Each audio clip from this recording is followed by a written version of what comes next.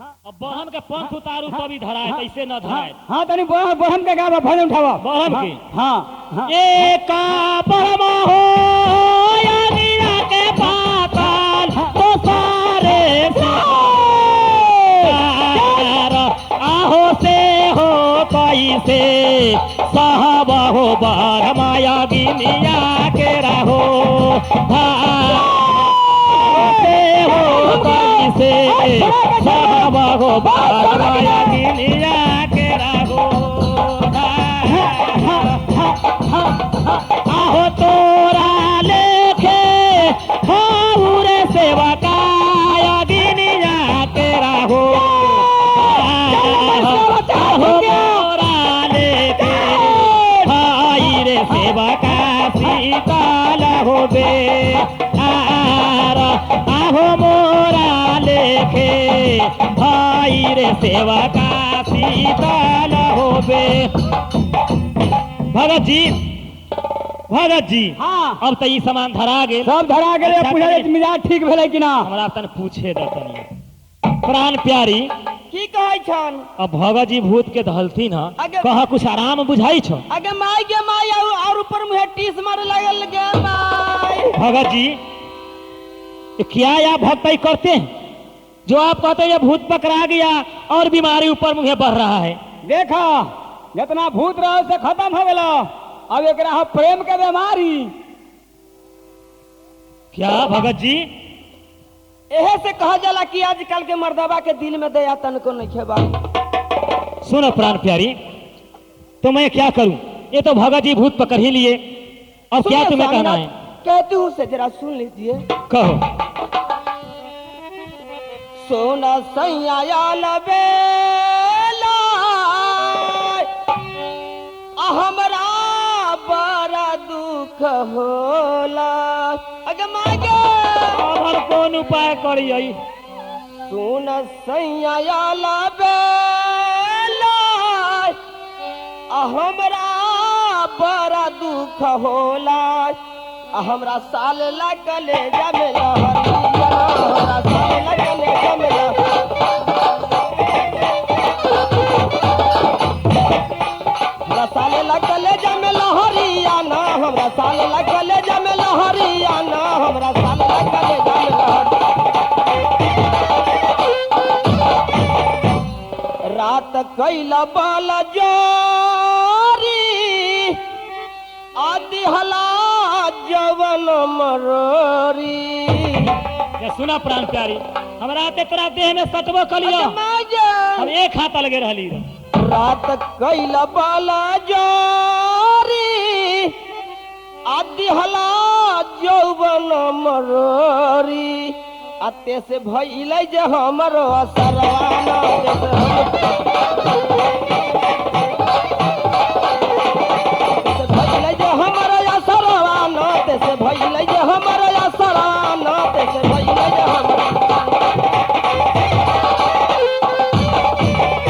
कहे जनक धारी राय बयान आ जल्दी कर न उपाय आ जल्दी जाके लावड डरवा के जल्दी जाके लावड डरवा के जल्दी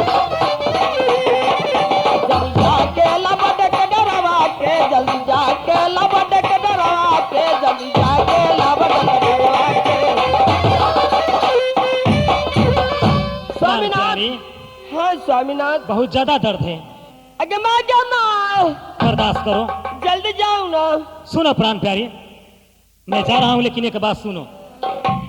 सुन के तो हरो रोदान उदास बाटे मोरा मन। सुन के तो हरो रोदान उदास बाटे मोरा मन। हम जात बानी लाबे डक करवा के, हम जात बानी लाबे डक,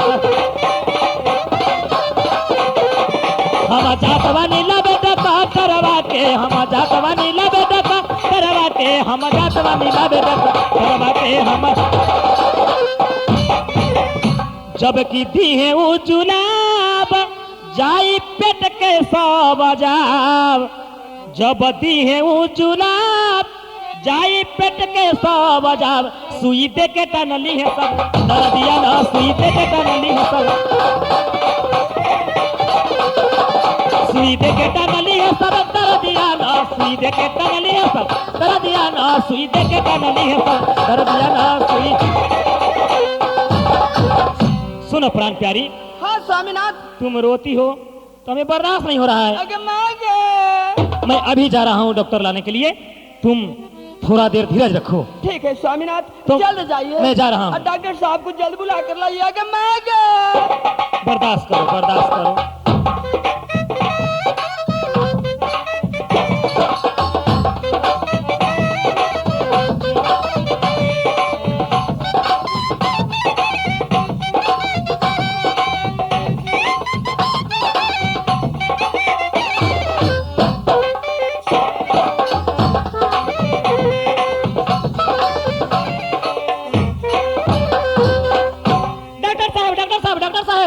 डॉक्टर साहब डॉक्टर साहब कौन आदमी है? डॉक्टर साहब प्रणाम। डॉक्टर साहब खुश रहो। मैं तो मोहन हूँ। मोहन? हाँ क्या बात है, इतना धड़फड़ाने की क्या जरूरी है? हाँ डॉक्टर साहब ये धरफड़ी के बात ही है। और क्या है सुनिए, मैं कहता हूँ। क्या बात है? सुनिए डॉक्टर बाबू बात, आ घर में भैले ऊ तफात। सुन बाबू मोरा बात, आ घर में भैले ऊ तफात। आ हमर प्यारी मरल जात बा नदिया से, हमर प्यारी मरल जात बा, हमर प्यारी मरल जात बा दरदिया से, हमर प्यारी मरल जात बा दरदिया से, हमर प्यारी मरल जात बा दरदिया से हमर। चल हमरा के साथ न त हो जाई बेहात, जल्दी चल हमरा साथ न त हो जाई बेहात। भारिया फताई हमरो जननिया पर भारी, भारिया फताई हमरो जननिया पर, भारिया फताई हमरो जननिया पर, भारी आ फताई हमरो जननिया पर भारी। डॉक्टर साहब जितना हाँ, जल्द मोहन उतना जी। जल्द चलिए। मोहन जी, हमारी पत्नी को तबीयत बहुत ज्यादा सीरियस है। जितना आप घबरा रहे हैं उतना जल्दी मरीज को इलाज नहीं होता है। सुनिए एक बात जो मैं कह रहा हूं। क्या करना? पहले रुपया ला बहात, तब चलम तोरा साथ। पहले रुपया ला बहात, तब चलम तोरा साथ। न तो नहीं जब तोहरो मखनिया न तो,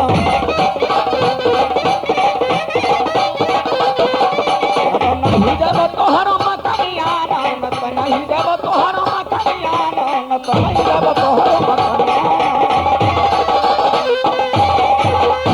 समझली हम दवाई, जाई पेट के आ जाई। समझली हम दवाई, जाई पेट के आ जाई। इस दवा मिली राजा के दुकानिया में, इस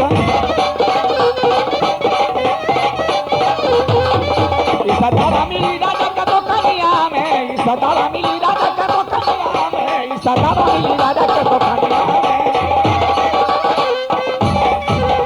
कहथिन जनधारी रहे बयान, कर पैसा पर तू ख्याल।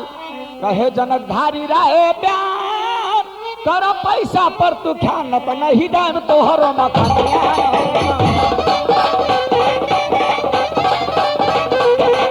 न तो नहीं दाम तोहरो मखनिया, न तो नहीं दाम तोहरो मखनिया, न तो नहीं दाम तोहरो मखनिया।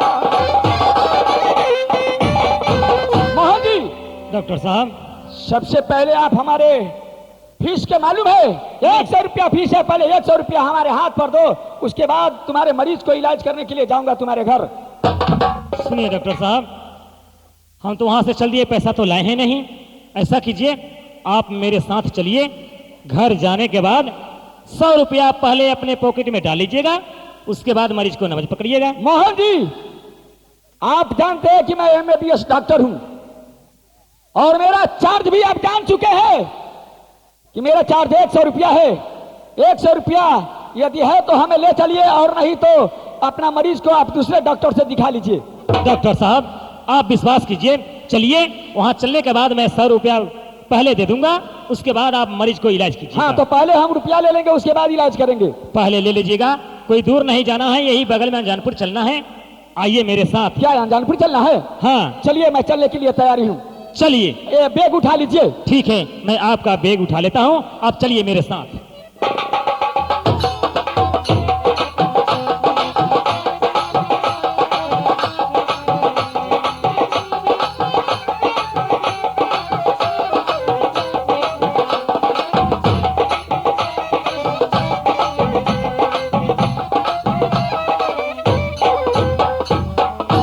डॉक्टर साहब। हाँ कहिए मोहन जी। यही मेरा मकान है। मोहन जी वही मरीज है? हाँ वही जो रो रही है, वही मरीज है। अच्छा अच्छा, उस मरीज को तो बड़ी गहरी दर्द बुझा रहा है। हाँ डॉक्टर साहब। बीमारी भी गहरी लग रहा है। चलिए जल्द इलाज कीजिए। चलिए मोहन जी। प्राण प्यारी ठीक है जान। सुनो, डॉक्टर साहब आ गए हैं, जरा बदन पर कपड़ा डाल लो, आ रहे हैं इलाज करने के लिए। रख लेती हूँ। अगे अच्छा सुनिए, जरा आप अपना बायां हाथ मुझे दीजिए। ठीक है, लीजिए। घबराइए नहीं, आपका जितने भी बीमारी है वो सब ठीक हो जाएगा। मैं आ गया हूं। हाँ डॉक्टर साहब, ऐसा दवा दीजिएगा जो पता भी नहीं चलेगा और दवा पास ही कर जाएगा। हाँ मोहन जी घबराइए नहीं, बीमारी जब पकड़ा जाएगा तो मैं ऐसा इंजेक्शन दूंगा कि तुम्हारे पत्नी का जो बीमारी है वो सब दूर हो जाएगा।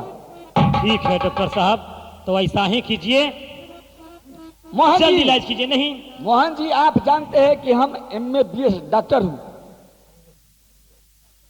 हाँ मैं तो जानता हूँ, आप तो सरकारी डॉक्टर हैं, हाँ मैं सरकारी डॉक्टर हूं, इसीलिए तो अलग नहीं जाकर के मैं आपको बुला करके लाया और हूँ। ज्यादा फीस भी नहीं ले रहा हूं। 100 रुपया। कुछ भी नहीं। इस जमाने में 100 रुपया का फीस का क्या वैल्यू है? कोई नहीं, ऐसा कीजिए, नहीं तो मर जाएगी। जल्द इलाज कीजिए। अच्छा घबराइए नहीं, घबराइए नहीं, घबराने की कोई बात नहीं। आहो नरिया के हो, आहो नरिया के हो, नरिया के हमरा पता न चलत कुछ नरिया के, हमरा पता न चलत कुछ।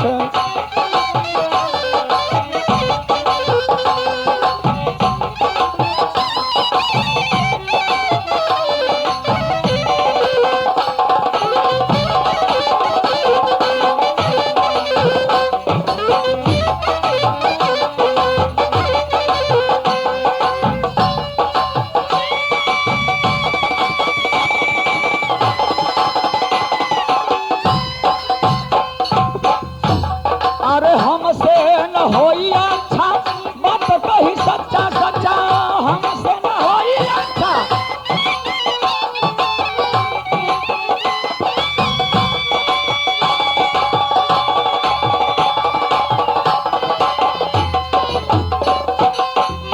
आर ले आप दोसरा तू डॉक्टर के, आहो ले आप दोसरा तू डॉक्टर के, हमारा पता न चलत है कुछ नरिया के, हमारा पता न चलत है कुछ।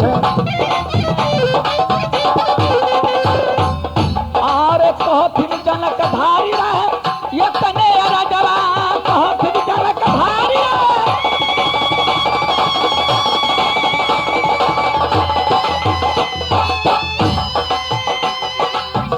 आहो ये तने राजवा, आरे अलावा से कैली हम जाई, आहो बनाही होई भलाई, पता न चलत कुछ नरिया के।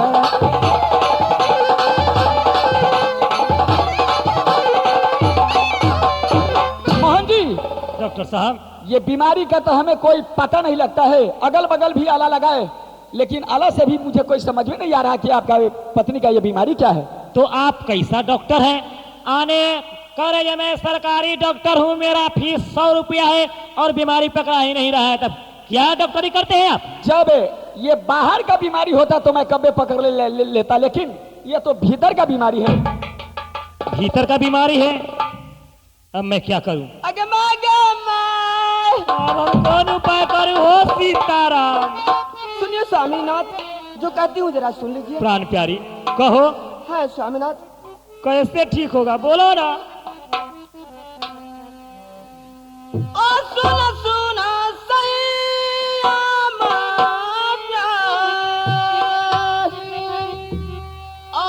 कहत बानी दिल के हाल, आयब नहीं दुखवास हल हो सजनमा।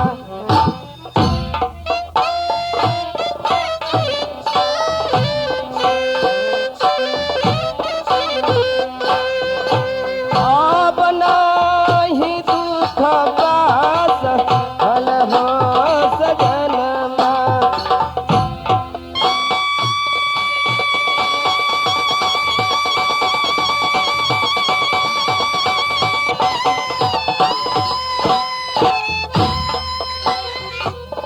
जब तू गइला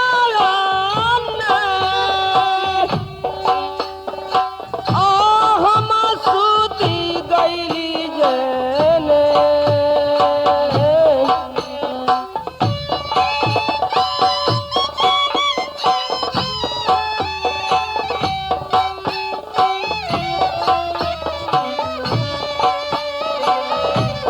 जब तू गइला जाने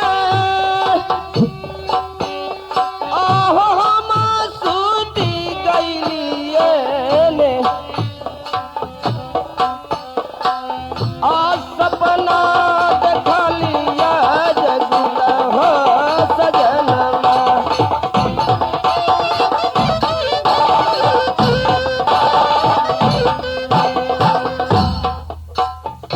अब ढलान सिरानी आई, आउ तो रहलन देवी बाई।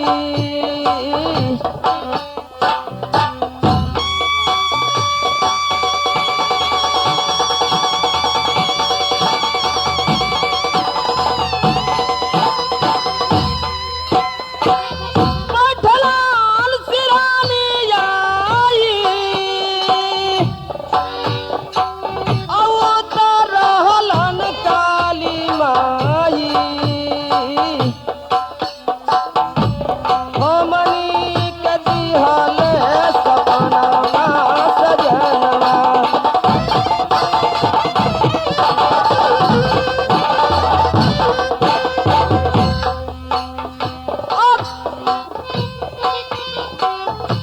कहला लागे सुना गारी, छूटी जाए रामी तोरी।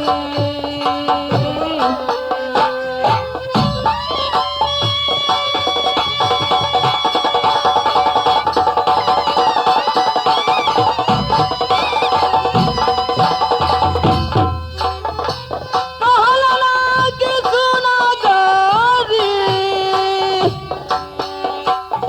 छूटी जाए बेमारी तोरी। आहो सौतीना के लाबहू तो लेजा हो सजनमा। आ सौतीना के लाबहू तो लेजा हो सजनमा। आ सौतीना के लाबहू के लेजा। सुनिए स्वामीनाथ, प्राण प्यारी आप जब उधर चले गए तो इधर पलंग पर सो रहे हैं। देवी माँ सपना दिए हैं जो अपना सौतीन को जान मरवा कर और लड़कावा है उसको मंगवा कर, जब तक तुम वो मंगवाएगी नहीं तब तक तुमको दूर दुख नहीं होगी। क्या देवी माँ स्वप्न देकर के कही है हाँ, कि जब तक तुम अपने सौतन के और वो लड़का है दोनों के कलेजा खाओगी नहीं तब तक ये दुख दूर नहीं होगा। हाँ स्वामीनाथ, प्राण प्यारी, हाँ स्वामीनाथ। सुनो एक बात मैं कहता हूं।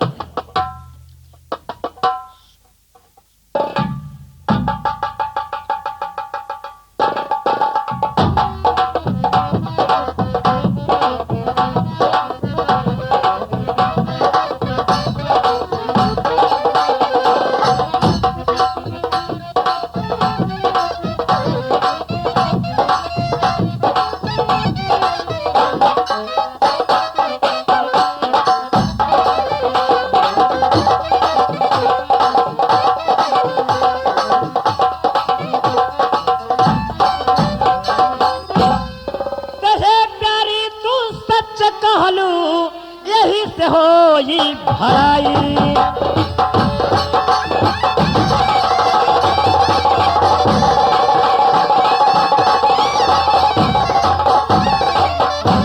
ये प्यारी तू सच कहलू, यही से होई भलाई। आहे चल दिलाबा छुरा लाठी, ब्याही के खोजन जाइब।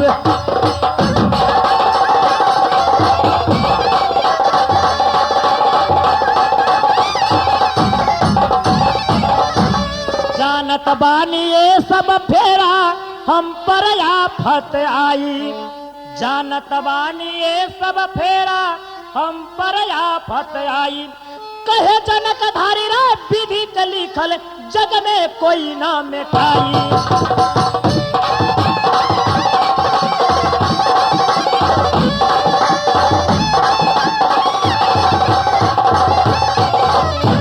प्राण प्यारी, हाँ स्वामीनाथ। ठीक है, तुम छुरा और लाठी लाओ। मैं जा रहा हूं खोजने के लिए, जहां वह ब्याही स्त्री और लड़का मिलेगा, जान मार के और कलेजा ला करके तुमको मैं खिलाऊंगा, ये तुम्हें बीमारी दूर हो जाएगा। ठीक है स्वामीनाथ, अभी जाती हूँ, छुरा और लाठी लाती हूँ। जहाँ मिलेगा मिलेगी, दोनों के जान मार कर लाइएगा। ठीक है, लाती हूँ। लाओ प्राण प्यारी, लाओ छुरा लाठी। मोहन जी, हाँ डॉक्टर साहब। अच्छा आप कहाँ चले हैं? यह कह रही है, जो आप डॉक्टर साहब के यहाँ गए हुए थे, तब तक मैं सो गई। अच्छा, तो देवी माँ आकर के स्वप्न दी है कि तुम्हें ऐसे बीमारी ठीक नहीं होगा। तुम जब तक अपने सौतन को कलेजा नहीं खाओगी, तब तक यह बीमारी ठीक नहीं होगा। तो मैं जा रहा हूं अपने ब्याही औरत और अपने लड़का को खोज करके, जहां भी मिलेगा उसे जान मार करके और नैन कलेजा ला करके यह प्राण प्यारी के मैं दूंगा, जिससे बीमारी दूर हो। मोहन जी, सबसे पहले तो आप ये बताइए कि शादी आपका एक है ना दो? मेरा शादी दो है। ये संगी है ना ब्याही है? यह संगी है। ब्याही का कहाँ गया? इसके आने के बाद मैं ब्याही स्त्री को और एक 10 साल का लड़का था, वह दोनों के मैं मार पीट करके घर से निकाल दिया हूं। अच्छा, तो मार पीट करके निकाल दिए, उसी को आप जा रहे हैं कलेजा और? हाँ, नैन और कलेजा लाने के लिए। अच्छा, तो अब मुझे बीमारी का पता लगा है। क्या डॉक्टर साहब? हाँ। आपको पता चल गया है ना? हाँ, बीमारी का पता लग गया है। तो ऐसा कीजिएगा आप, ऐसे ऐसे बीमारी को तो मैं एक सुई में फिट कर दूंगा। डॉक्टर साहब तो ऐसा कीजिए, अरे ज्यादा मोटे इंजेक्शन नहीं चलाइएगा, ऐसा इंजेक्शन चलाइएगा जो दवा ही पास कर जाए, उसे दर्द भी न करे। घबराइए नहीं मोहन जी, मैं उनको ऐसे इंजेक्शन लगाऊंगा जो न उनको तकलीफ होगा न हमको तकलीफ होगा, दवा भी पास कर जाएगा। ठीक है डॉक्टर साहब, तो मैं जा रहा हूँ वह ब्याही स्त्री और लड़का को खोजने के लिए। जब तक आप यहाँ इलाज कीजिए। जाइए, घबराइए नहीं, ये मैं अपना घर समझूंगा, डॉक्टर साहब मैं अपना परिवार समझूंगा। आप जाइए, जिस काम से जा रहे हैं, और जल्दी वापस आइएगा। ऐसा न कीजिएगा कि कहीं राजा पाकर वाला दाव न लगाइएगा। तो नहीं नहीं, ऐसा नहीं होगा। तो मैं जा रहा हूँ।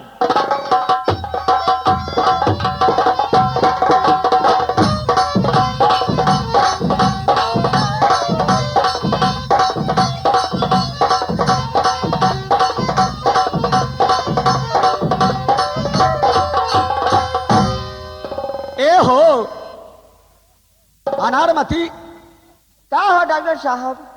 तनी घूंघटा उठाई बा। घूंघटा? हाँ, काहे खातिर?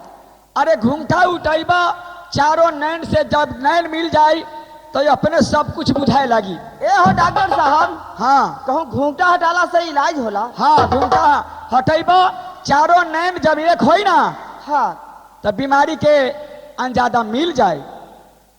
ए हो डॉक्टर साहब, हाँ, तो हटा दिली। अब कहा चारों नैन मिलल है तो तारा कैसन बुझाता? ए हो डॉक्टर साहब, बीमारी तो कुछ दूर भइल बा, लेकिन करेजा धक धक करेला। हाँ, करेजा धक धक कैला से का होई? अरे तू जवान बारो, हमहू जवाने बानी। सुना,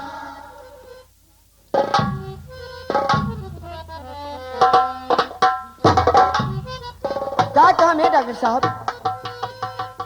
तू हमरा से प्रेम करबो? ये बात रहुआ बोल न सकली है। काहे? रहुआ यहाँ इलाज करे अली है कि दूसरे बीमारी देखे अली है? जैसा तोहर बीमारी हो ना वैसने हमरा इलाजे करे के बा। हम ऐसा इलाज न कर, आए? ऐसा इलाज न करवाए। काहे खातिर? काहे ना करे इलाज? इलाज तो तोरा कराबी के पड़ी। गोरी बानी सौखीन आ चुनरी पहिनी हम रौनी। ए हो डॉक्टर साहब, हाँ कहा। सुने के? हाँ सुनाई थे। गोरी बानी सौखीन आ चुनरी पहिनी हम लौलीन। आ काहे तरसट बाटे तोहर के मना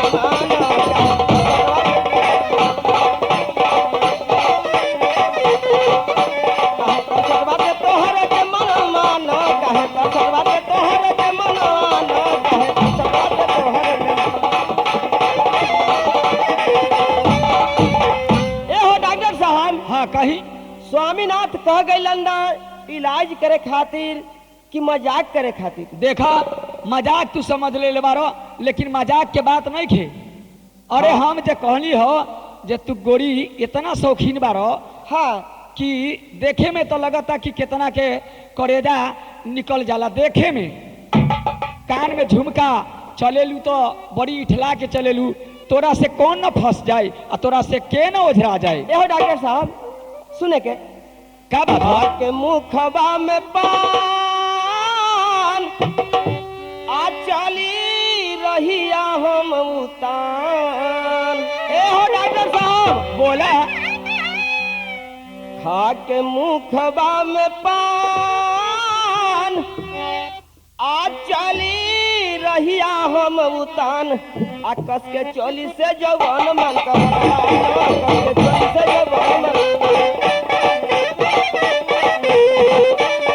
चोली से जवान मन कहना ना, कस चोली से जवान मन कहना ना।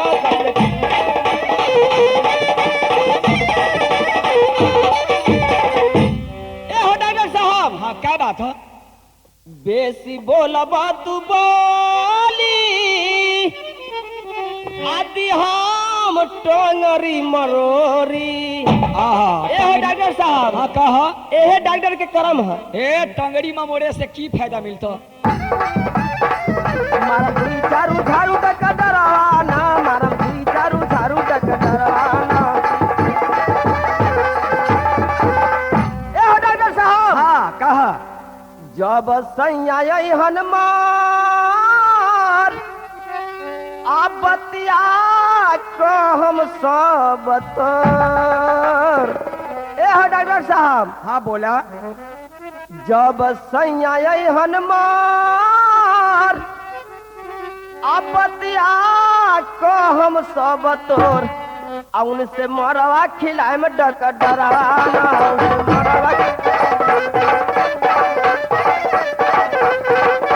उनसे मरवा खिलाए में डक डराना, उनसे मरवा खिलाए में डक डराना, उनसे मरवा खिलाए में डक। ए हो डॉक्टर साहब, सुना अनारमती? स्वामीनाथ जब चल रही हन तो ये सब बयान कहकर उनका से मार खिलाए। सुना सुना अनारमती, हाँ ये सब बात उनका से न कहिया। काहे खातिर? ये ला कि हमरा तोरा ये प्रेम होला। कहाँ गइलन ह? ए हो डॉक्टर साहब, हाँ वो कहाँ गईला ना, इससे जरूरत रहुआ कुछ बात है? हमरा जरूरी तो नहीं थे, लेकिन बोला कहाँ गईलन है? अच्छा ठीक है। स्वामीनाथ गईलन है अपना ब्याही नारी को जान मारे खातिर और लड़कावा को जान मारे खातिर। अच्छा सुना, ब्याही स्त्री के जान मारे खातिर गईलन है छुरा या लाठी लेके। आ यदि कहीं उनका तोहरा से यदि सुंदर मिल जाए, आ जब तोहरा घर से निकाल दी, आ ओकरा बाद कही कि फेन वो उनकर जे आई से कही जे जा तनी उनका के जान मार के कलेजा न निकाल के ले आब, तो क्या करबो वो घड़ी? ए हो डॉक्टर साहब, हाँ ये बात तो रहुआ ठीक कहली। हमरा कहे खातिर अपना ब्याही नारी को और लड़कावा को जान मारे खातिर गईलन है, और वो से भी हमसे सुंदर कहीं मिल जाए रास्ता में तो जान मार देंगे। हाँ। आप तो ठीक कहे। ए हो डॉक्टर साहब, हाँ अब हम रहुए हो गईली। हमर हो गई ना। हाँ आब तनी सीना से सीना लड़ा लो, हम तहार हो गईली। और जो हम तुम चोरी से बंधे एक डोरी से जई हो कहाँ हजूर, हम तुम चोरी से बंधे एक डोरी से जई हो कहाँ हजूर। वो बंधन है प्यार का, बंधन है प्यार का, कि हम तुम चोरी से बंधे एक डोरी से जई हो कहाँ हजूर।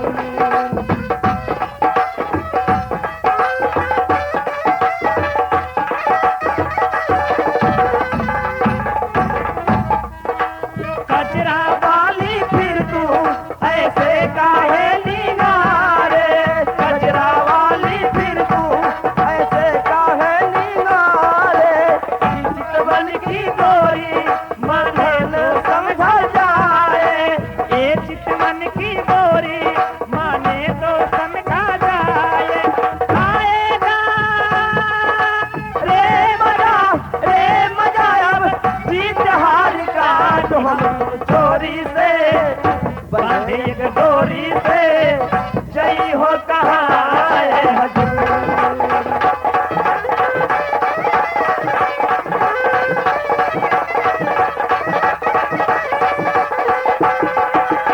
उल्फत मेरी दीदी अनारी पिया रे, उल्फत मेरी दीदी अनारी पिया रे।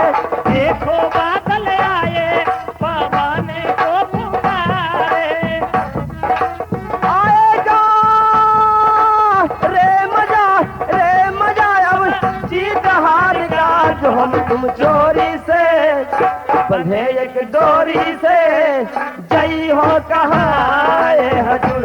हम तुम चोरी से बंधे एक डोरी से जई हो कहाँ हजूर, जई हो कहाँ हजूर, जई हो कहाँ हजूर।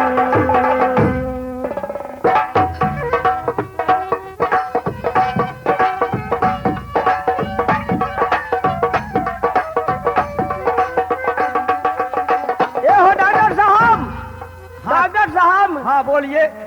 अब तो स्वामीनाथ अपना ब्याही नारी को जान मारने खातिर गए हैं, और लड़कावा को वो चले आएंगे या ऐसा प्रेम देख लेंगे तो बहुत जुल्म हो जाएगी। देखा उनका आवे के समय क्या अंदाज हो कि हाँ कब आई है? हाँ अब चले आवेंगे। जब हाँ चल आई है, हाँ हाँ सुना तो हमरा कोई छिपावे के रास्ता बताबो, हमरा कहीं छिपा लो। हे हाँ, अब उनका टाइम हो गया है, चल लेतन। सुना, हमरा आंख में बड़ा नींद है, तनी हमरा सुआ दो। ठीक है। ए हो डॉक्टर साहब, हाँ आप जरा छिप जाइए ना तो चले आवेंगे। आए चले जाइए।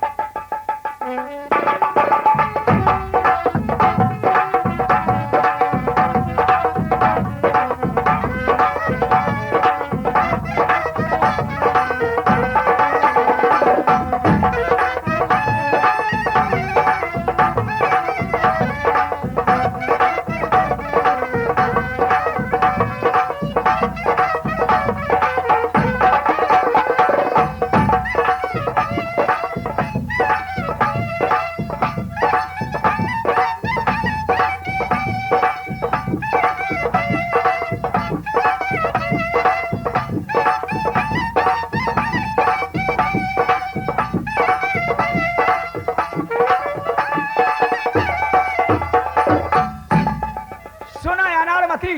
हाँ डॉक्टर साहब। अब तुम्हें कुछ कहना है, हमें समझाना जरूरी है। कहे कि हम MA BA डॉक्टर हूँ, MA BS डॉक्टर हूँ। क्या सुनाइए। यदि तुम्हें नहीं समझा दूंगा तो फिर तुम कैसे समझ पाओगी? हाँ, सुनो, ठीक है, क्या सुनाइए। हमें हाथ पाँव टिप दो, हमें नींद, वो आ जाएंगे ना, जब मोहन आ जाएंगे तो उनको हाथ पाँव टिप देना, उनको नींद पड़ जाएगा।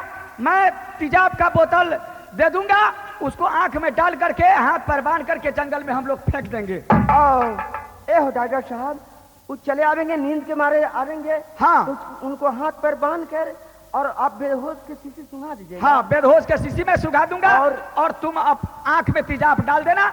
मैं दोनों आदमी हाथ गोर बांध करके उठा करके जंगल में फेंक देंगे। अब हम दोनों गोटा राज करेंगे। तो मर जाएंगे तो हम दोनों आदमी मुहूर्त कर लेंगे। क्या बात है, राज करेंगे। ठीक है डॉक्टर साहब, तो आप छिप जाइए।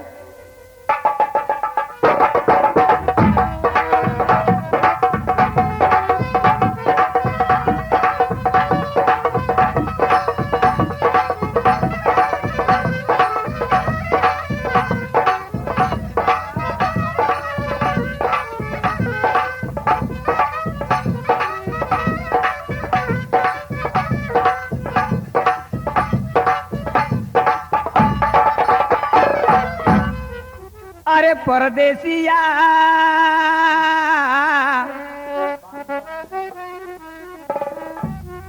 अरे परदेसिया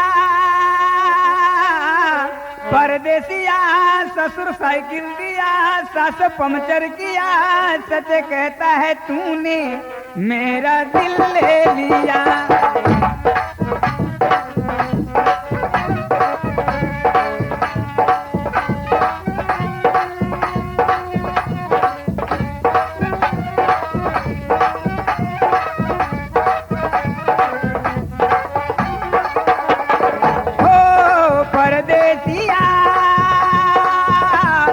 परदेसिया ससुर साइकिल दिया, सस पंचर किया, सच कहता है तूने मेरा दिल ले लिया।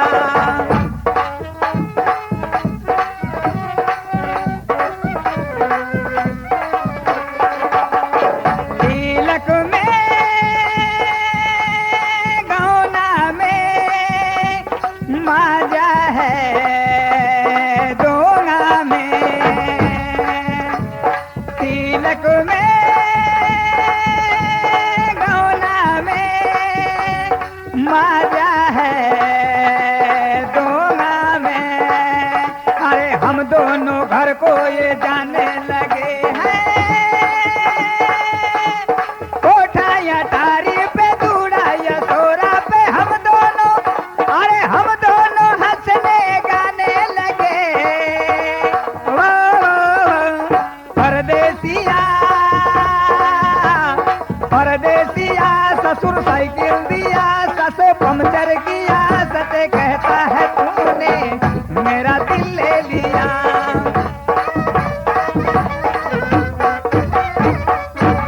ताली में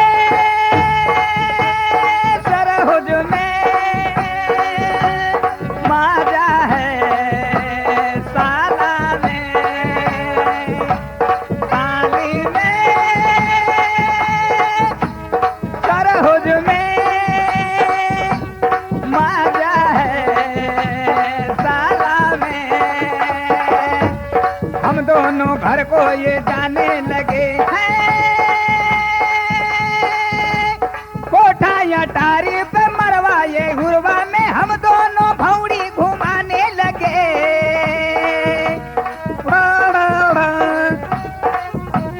परदेसिया परदेसिया ससुर साइकिल दिया, सस पंचर किया, सच कहता है तूने मेरा दिल ले लिया। सच कहता है तूने मेरा दिल ले लिया, सच कहता है तूने मेरा दिल ले लिया।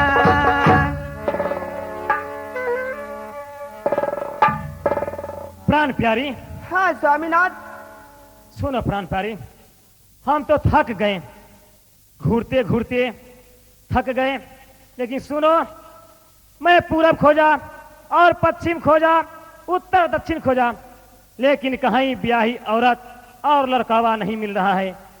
ऐसा करो, हे स्वामीनाथ, आप खोजे, पूर्व खोजे, पश्चिम खोजे, उत्तर खोजे, कहीं भी पता नहीं चला। नहीं, सुनो प्राण प्यारी, मैं थक गया हूं।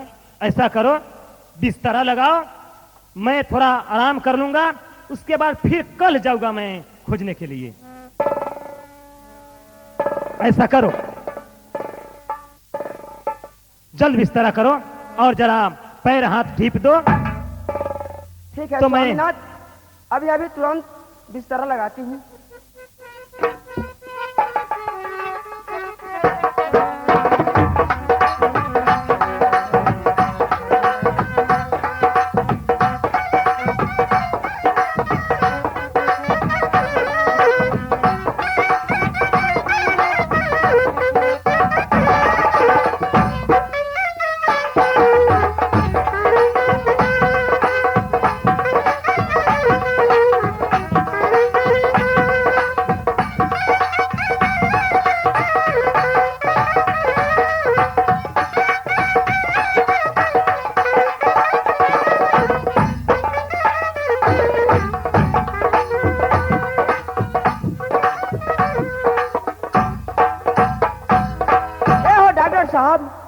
डॉक्टर साहब, कहिए, क्या बात है? डॉक्टर साहब, स्वामीनाथ आ गए, उनको नींद पड़ गया। नींद पड़ गया? हाँ, हाँ। अरे लो, तो ये बेहोश का शीशी है, इससे सुंघा दो, आंख में तेजाब डाल दो और हाथ गोड़ बांध करके हम दोनों मिल करके जंगल में फेंक देंगे। ए हो डॉक्टर साहब, आप ही सुंघाना दीजिए। तो लो, हम बेहोश के शीशी सुंघा देते हैं, तुम आंख में तेजाब डाल दो। ठीक है स्वामीनाथ, स्वामीनाथ को बेहोश के शीशी सुंघा देंगे और आंख में तेजाब डाल देंगे। हाँ, और ठीक हाथ है। गोड़ पैर बांध करके और जंगल में फेंक देंगे। आप साथ ही आइए। हाँ, चलिए। आप डकटर से प्रेम हो करिया मेती जा पधरिया मेती जा पधरी ए जंगल में दिल बिगबाई होला।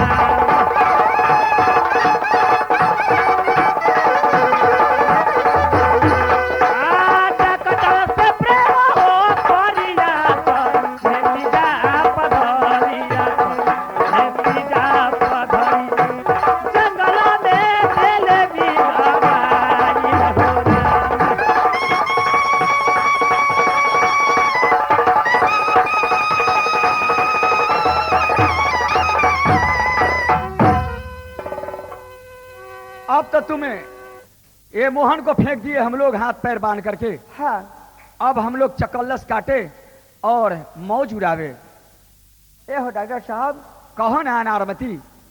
अब चलिए थोड़ा नाश्ता पानी कर लीजिए। हाँ, नाश्ता उसके बाद पानी। आराम कीजिएगा। हाँ, आराम तो नाश्ता पानी के बाद ही अच्छा होगा। हाँ हाँ, भूखे नींद भी नहीं आएगा और भूखे मौज भी नहीं मिलेगा, इसलिए नाश्ता करना जरूरी है। ठीक है, चलिए आराम कीजिए। आओ मेरे साथ आओ और पहले नाश्ता करो।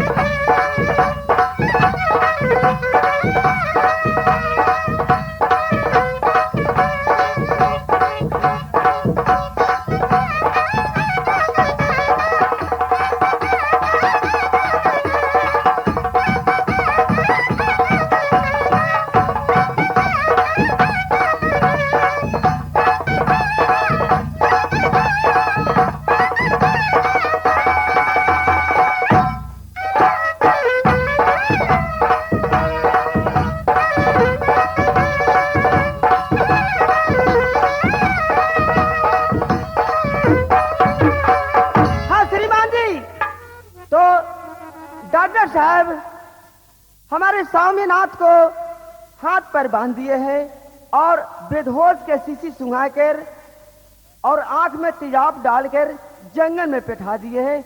इसी तरीका से इनको भी हाथ पर बांध दूंगी और बेहोश के शीशी सुंघाकर और थाना में इन्फॉर्म कर दूंगी। ए हो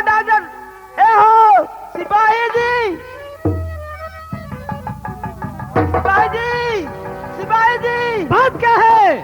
प्रणाम सिपाही जी। खुश रहो, बात क्या है? सिपाही जी, घर में चोर बैठा हुआ है। क्या घर में चोट्टा है? हाँ, चोर बैठा हुआ है। कैसा चोट्टा घर में आ गया? चल के देखिए सिपाही जी।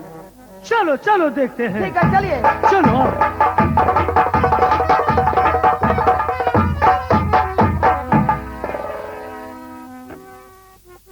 किधर चोट्टा है? ए हो सिपाही जी, क्या? यही छोटा है, इसको 4 हैंडल मारिए। क्या यही चोट्टा है? हाँ, ये चौपाई पर सोया हुआ है। सुनो यार मती, इस चोट्टा को 2 डंडा में होश में लाऊंगा अभी। हाँ सिपाही जी, अभी अभी 2 डंडा मारिए और इनको थाना में ले जाइए सर। अरे सुनो, ये अनारमती के घर में तुम क्यों सोया हुआ था? आप कौन आदमी है? अनारमती? अनारमती?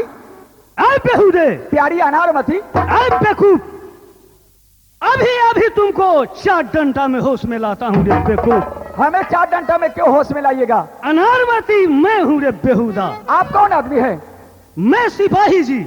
आप क्या करने के लिए आए हैं? क्या करने के लिए आए हैं? अनारमती बुलाया है सिपाही जी। सिपाही जी जल्द से आइए, घर में चोट्टा है। ओ, अनारमती बुलाई है? हाँ हाँ। प्रणाम सिपाही जी। खुश रहो। ये घर में चोट्टा का बोला है? अच्छा सुनो, अनारमती को घर में तुम किस लिए आके सोया? मैं चोट्टा नहीं हूँ, मैं क्या है? डॉक्टर हूँ, डॉक्टर, MBBS डॉक्टर हूँ। मैं इलाज करने के लिए आया था अनारमती को। डॉक्टर के यही कर्म है कि मरीज को ही यहाँ जाके सोना, बेहुदे की सुइया दवा चला के चल जाना है। सुइया दवा मैं चलाया हूँ और नींद आ गया था तो मैं चारपाई पर सो गया हूँ। नींद आ गया है? बेहुदा अभी तुमको हम 4 डंडा में होश में लाता हूँ। चलो अभी थाने पर। सुनिए सर। क्या? इन नसवाज है नसवाज सर, इसको 4 डंडा मारिए और थाना में बंद कीजिए सर। अभी अभी इसको थाना में बंद करता हूँ। ठीक है, थाना में बंद करने से पहले आप इस अनारमती से पूछे कि इनका पति कहाँ गई है। अच्छा ठहर जाओ। ऐ अनारमती। हाँ सिपाही जी। अच्छा सुनो, तुमको पति कहाँ गया? हमारे पति देव गए हैं ससुराल। ससुराल गया है? हाँ हाँ। नहीं सिपाही जी, ये बात बिल्कुल झूठ है। डॉक्टर साहब, ये बात झूठा है ना सच्चा है? ये बिल्कुल झूठ है। इनका पति का हाल मैं जानता हूँ। कहाँ गया? बेहोश के शीशी सुंघा करके, आंख में तेजाब डाल करके, हाथ पैर बांध करके जंगल में फेंक दिया है। क्या बदहोश के शीशी और तेजाब आंख में डाल के जंगल में फेंक दिया? जी हाँ, और जा रही थी मुझसे प्रेम करने के लिए, लेकिन मैं प्रेम नहीं कर सका। मैं तो डॉक्टर हूँ, MBBS डॉक्टर हूँ। आप जानते हैं कि डॉक्टर का ये कर्म है कि किसी से प्रेम कर लेना। ये तो मैं जान रहा हूँ। हाँ, तो फिर आप सिपाही जी जानबे करते हैं तो फिर हमें क्यों पकड़ रहे हैं? अनारमती। हाँ सिपाही जी। सुनो, आंख में तेजाब कौन डाला? डॉक्टर साहब डाला ना तुम डाला? तू अपना पति को। वो क्या कह रहे हैं? ये तबीयत अनारमती को दब था। हाँ हाँ। ए हो सिपाही जी, क्या? हमारी तबीयत दब है, देखिए तो जरा। नहीं नहीं, तबीयत तो तुमको ठीक बुझा रहा है। सुनिए सर। क्या? इनको पहले बैग में इंक्वायरी किया जाए सर, जो क्या इनको बैग में रखा हुआ है। ठहर जाओ, अभी अभी मैं इंक्वायरी कर रहा हूँ। सुनिए डॉक्टर साहब। हाँ कहिए सिपाही जी। आपको बैग कहाँ है? लाइए उसको। ये लीजिए, ये बैग यही है। डॉक्टर साहब, ई बदहोश के शीशी कहाँ से आया और तेजाब का शीशी कहाँ से आया? बोलिए पहले। यही तो मेरा समझ की बाहर की बात है। बैग में तो मैं दवाई और सुई लेकर के चला था, बेहोश के शीशी और तेजाब तो लेके नहीं चला था। ये तेजाब और बदहोश के शीशी कहाँ से आया? बोलिए जल्द से। सिपाही जी, डॉक्टर का कर्म ये नहीं है कि बेहोश के शीशी और तेजाब का बोतल लेकर के चलेगा। डॉक्टर का कर्म है सुई और दवा, यही सब लेकर चलने का। ये फंसाने का ये फेरा लगाई है। फंसाने का फेरा नहीं है। आप ही तेजाब और बदहोश के शीशी नहीं लाते तो उसको आंख में नहीं डलाता मोहन जी को। चोट्टा नंबर 1 हो तुम, डॉक्टर नहीं हो। नहीं नहीं सिपाही जी, आप ये क्या बोलते हैं? मैं डॉक्टर हूँ, MABS डॉक्टर हूँ। नहीं नहीं, मेरा 100 रुपया फीस है, मैं 100 रुपया लेता हूँ, उसके बाद ही बीमारी देखने के लिए जाता हूँ। चलो अभी तुमको हथकड़ी लगाता हूँ। क्या करते हैं सिपाही जी? मैं एक डॉक्टर हूँ। शगुलार, मैं एक डॉक्टर हूँ। शगुलार चलो, इसको हथकड़ी लगाओ, ले चलो, इसको हथकड़ी लगाओ। किसको? डॉक्टर साहब को हथकड़ी लगा के अभी अभी थाना पर ले चलना है। ठीक है, मैं डॉक्टर साहब को हथकड़ी लगा रहा हूँ। चलो रे चुट्टा, चलो भाई चलो, आओ मेरे साथ। अनारमती, तुमको इसी जगह रहना है। अभी अभी मैं थाना पर से आ रहा हूँ। ठीक है सिपाही जी, रहो इसी जगह, चलो।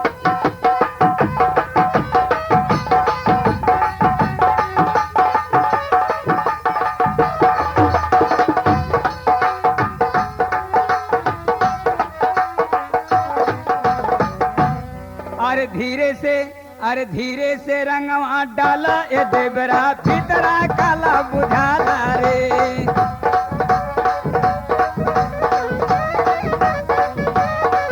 अरे भीतरा काला बुझाला रे, बाउर बड़ा बुझाला रे।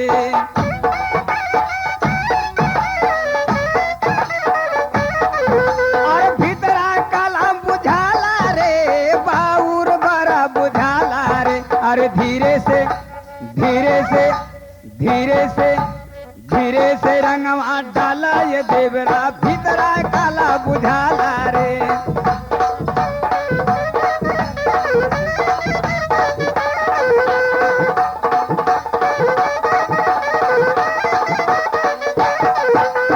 सब कोई गइलन रंगवा खेले, घरवा में क्यों ना बुझाला रे।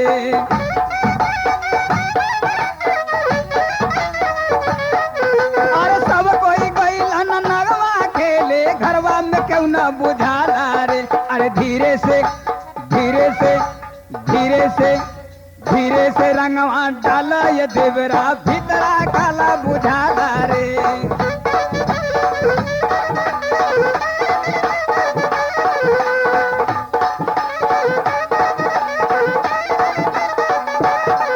अरे पीकर भंगिया डाली के रंगिया, बाउर बड़ा बुझाला रे।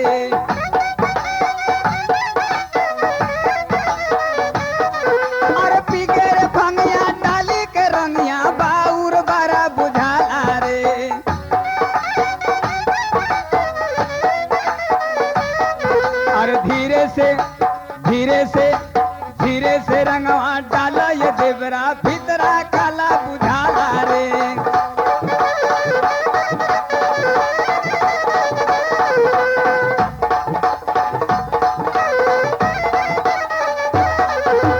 धीरे से रंगवा डाला, ये देवरा भीतरा काला बुझाला रे।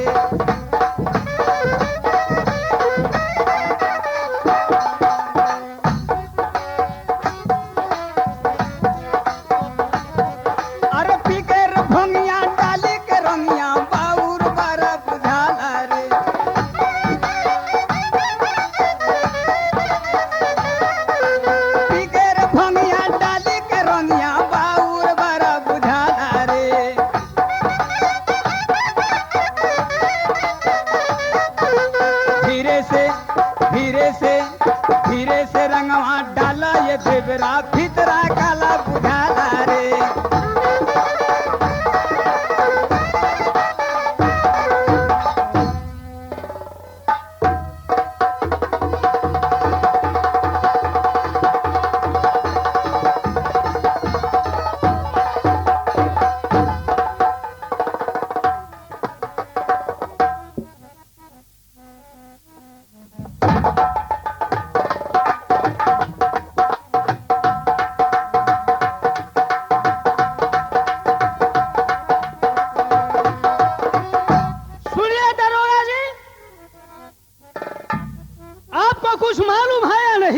हमें कुछ मालूम नहीं है। कुछ मालूम नहीं है? नहीं।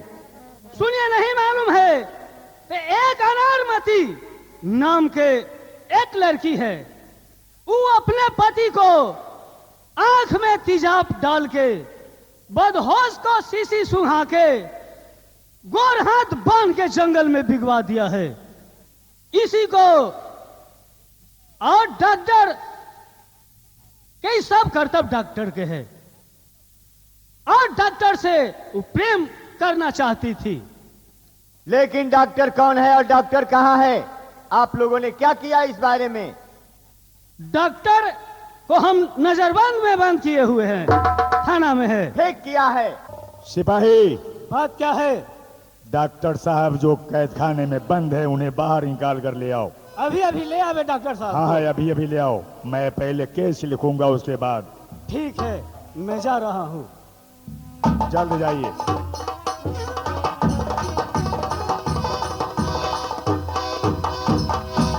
एसपी साहब, क्या है? ले आए डॉक्टर साहब को। डॉक्टर साहब, हाँ कहिए, क्या बात है? आप अपने बारे में कुछ बताइए। प्रणाम सर।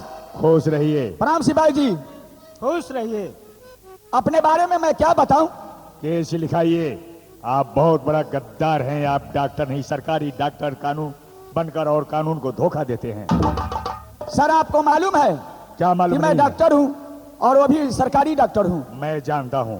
आप जैसे गद्दार को, जो कानून को धोखा देता है, डॉक्टर सरकारी बनकर और कानून को धोखा देते हैं। ठीक है सर, जैसा आप सोच रहे हैं वैसा तो मैं नहीं हूं, लेकिन जब आप केस लिखना चाहते हैं तो लिख सकते हैं। लेकिन वकील नहीं, केस लिखाइए। बोलिए क्या? आपका फादर का नाम क्या है? हमारे फादर का नाम झंझट प्रसाद। झंझट प्रसाद। आपका नाम क्या है? श्री सकलदेव प्रसाद डॉक्टर सचिनानंद सिन्हा। अच्छा अच्छा अच्छा, ये बात है। आपका बाप का झंझट प्रसाद नाम है और आपका? श्री सकलदेव प्रसाद डॉक्टर सचिनानंद सिन्हा। ग्राम क्या है? ग्राम हुआ ग्राम राजा पाकर, पोस्ट राजा पाकर।